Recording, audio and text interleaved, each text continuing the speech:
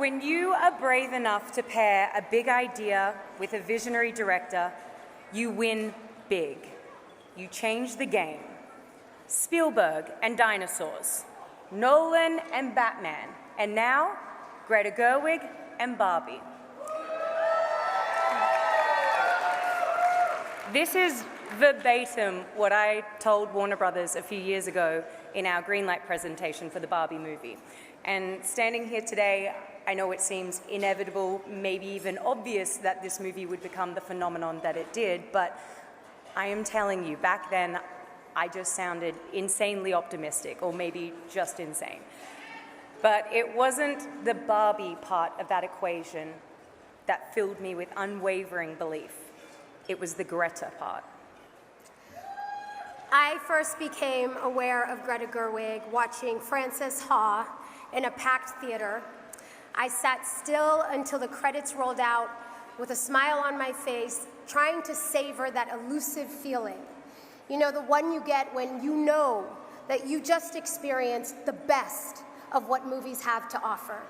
The kind of originality, creativity, and vulnerability that inspires all of us to be braver in our own work and to be more in love with life.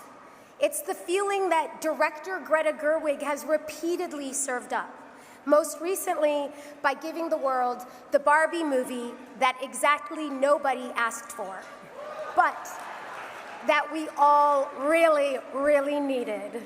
One that was funny and subversive and delightfully weird, high concept and emotionally grounded.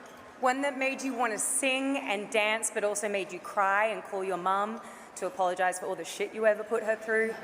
One that took on some complicated parts of Barbie's past and yet made you proud to wear pink in a sea of pink-wearing moviegoers. It celebrated the joys and trials of womanhood and yet somehow managed to dignify men who worship horses, acoustic guitars, and fake fur. All of these disparate parts don't logically seem to fit, but in the hands of a visionary like Greta, they become a world of plastic that somehow reveals to us our own universal humanity. There weren't any comps for what Greta was trying to do, and the pressure of a big budget and a beloved 65-year-old brand weighed heavily on her shoulders. But with Greta, pressure doesn't just make diamonds.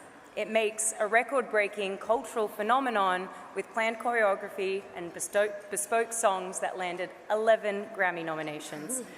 Within the bubblegum kaleidoscope that is Barbie, Greta Trojan horsed a larger story of what it's like to be human, and why humanity, even with its inequities and vulnerabilities, is still better than immortality in a box. Greta got in the pink Corvette and she drove it like she stole it, before anyone could ask her to change course. Barbie is also a window into Greta's unabashed love of cinema. Greta knows that the real world is, as Barbie says, forever and irrevocably messed up. But films help comfort us in times of uncertainty. For Barbie, Greta drew inspiration from everything, from Kubrick's 2001, to The Wizard of Oz, to Singing in the Rain, to His Girl Friday, to The Red Shoes, to the 1960 French musicals of Jacques Demy, to works by Chaplin, Hitchcock, Jacques Tati, Pedro Almodovar, the Bee Gees, and Michelangelo, and I'll spare you the other 500 references.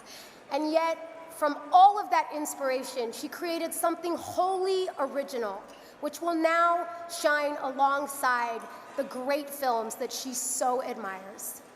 In doing so, Greta has blazed a trail for female storytellers. There's a line that always makes me cry in Greta and Noah's brilliant script where Ruth says to Barbie, "We mothers stand still so our daughters can look back and see how far they've come." I believe when we look back at the progress of female filmmakers, we will see that Greta did indeed change the game by running hard and fast so that the next generation could soar. Beyond the box office, all the cultural influence and the critical acclaim, perhaps Greta's greatest legacy will be how much joy she brings to her work, how the love she has for movies, watching them, making them, emanates out of her twinkling eyes, her generous laugh, and her mischievous smile, and it infects all in her orbit. It is a special kind of director who compels every crew member at every level across every department to work at the peak of their craft while making it look and feel like child's play. We all knew we were a part of something special, and we felt fortunate to be in service of Greta's brilliant vision. On behalf of all of the Barbies and all of the Kens, and Gloria and Alan and Midge and Warner Brothers and Mattel and our entire cast and crew, it is our honor to present the Palm Springs Director of the Year Award to the incomparable, beautiful, buoyant, and absolutely brilliant Greta Gerwig. Oh my God. Maybe I will put this beautiful thing down for the moment. Margot and America, that made me cry, and I was not meant to cry. I'm not supposed to cry, but I did. Thank you so much to the Palm Springs International Film Festival and Margot and America. I cannot believe we got to make this film, and I pinch myself every day that I had brilliant collaborators like the two of you. I can't thank you enough. The collaboration, that is my very favorite thing about filmmaking, because filmmaking in its essence is a collaborative art form. It is an art that depends on and takes place between people.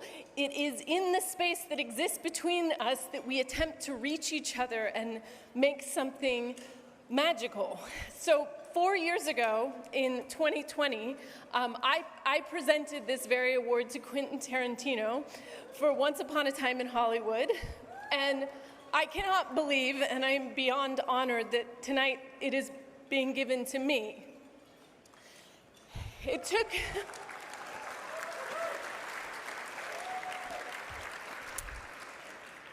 me a long time to say out loud that I wanted to be a director. But when I finally did say it, that I finally did say I wanted to direct, and I did it, it was like getting to fall in love with movies all over again, and to declare that love in the boldest terms possible. My parents told me that the first film that they took me to was a re-release of The Muppets Take Manhattan. Yeah. And when the credits rolled, they realized I wasn't in my seat. I had run to the front of the theater, and I literally tried to get into the screen. And I feel like I've been doing a version of that for my entire life. I've acted, I've written, I've produced, I've held booms and cameras and bounce boards and thrifted for costumes and done my hair and makeup. But nothing has given me a greater thrill or a greater satisfaction or a greater terror or a greater euphoria than directing. It is the way that I can live inside of a film for the maximum amount of time, to be with it through every moment, from the blank page to the it's almost not happening, to the unexpected gift of the light changing, or how an actor understands a scene in a brilliant new way, through the brutal previews and through the finally giving it to the audience. And I get to be with my very favorite people, show people. From producers to sound designers to actors to editors to grips to composers to set decorators. I love show people, and it is the honor of my life that I get to count myself as one of them. Every time I go to the movies and the lights go down, I get a chill, and I say to myself, this is my very favorite place in the world to be. I cannot believe that I get to add my own films to what the story of cinema is, and I will spend the rest of my life forever running towards the screen trying to get in. Thank you. Thank you. Thank you for this award. I am very grateful. Thank you. Thank you.